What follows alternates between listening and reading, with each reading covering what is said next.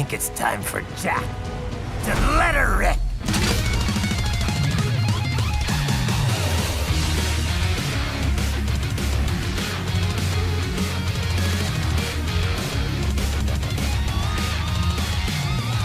Metal Gear Rising is an awesome game. Some even consider it one of the best action games ever made. And you know what? I completely get it. This game has made such a huge impact on the people who played it, that even to this day, it's talked about so frequently and memed constantly. Typical politician. Big cock, but no cum. What? It's so hard to even go an hour without seeing a meme from this game. Did I mention this game is almost a decade old? It's older than the mental age of most of the League of Legends player base. I loved this game a lot. I played it a few years after it came out, and even playing it today, I still think it holds up. The older I get, the more I respect Metal Gear Rising and Platinum games. Although, that respect has been fading a bit lately. Seriously, what the fuck is this? It came out in the early 2010s, which was a time where the industry was actually trying new things when it comes to action games, and this game is an incredible example of that. A few other examples are Darksiders. This game tried combining a Devil May Cry combat system with the dungeon system of Zelda games. Sure, it doesn't always land, but they were trying something new and you gotta respect that. Then we have Vanquish, the best third-person shooter ever made. I don't care what anyone says. How the fuck can you combine stylish combat with third-person shooting? You can slide along the floor for fuck's sake. This game sold like shit, but again, they were taking a risk and trying something new. Vanquish was made by Platinum Games, just like Metal Gear Rising. And just like with Vanquish, Platinum Games tried to do something new with Metal Gear Rising. This time with the hack and slash genre, just like Vanquish did with the third-person shooting genre. And one of those new things that was originally shown for Metal Gear Rising was the whole being able to cut anything in the environment with your blade. This was shown in 2010, 3 years before the actual release, and what was shown wasn't fully actually in the final product.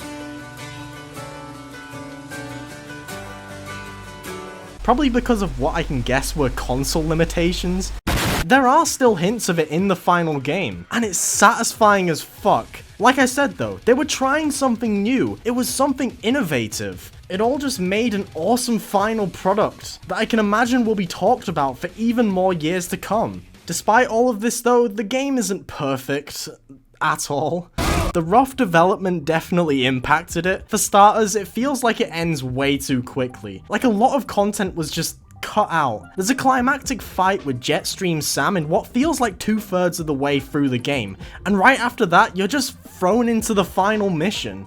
It's like fucking Whiplash. The game also has some pretty awful stealth mechanics that are just there because it's got Metal Gear in the name. Oh, and the pickups and usable items are just fucking stupid. I really don't see the point of any of this shit. It's so easy to look past all of this though, because underneath this jank, this is probably up there with some of the best action games ever made. Fighting any enemy in the game is an absolute blast to do. Not only does the game innovate on the generic hack and slash style gameplay with the blade mode, but it also innovates by just removing the dodge button completely. Instead, you need to get up into enemy faces and parry those fuckers.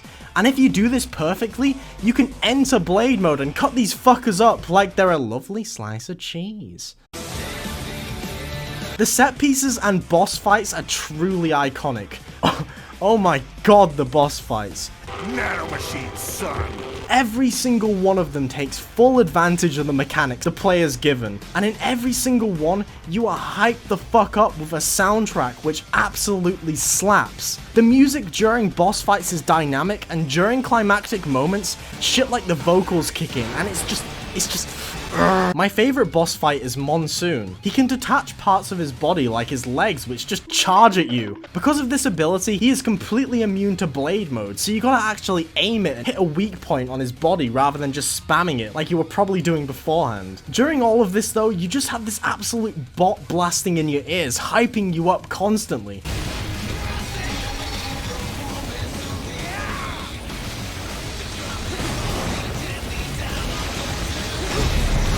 I think this might be my favourite track in the game, which says a lot because the entire soundtrack is so incredible. Despite its flaws, Metal Gear Rising is an incredible experience. I don't think we will ever get a game like it again. The industry seems to be super against experimenting and innovating on existing genres, and I'm fairly certain the last good hack and slash game we got was Devil May Cry 5, and that came out, oh god, that came out 3 years ago.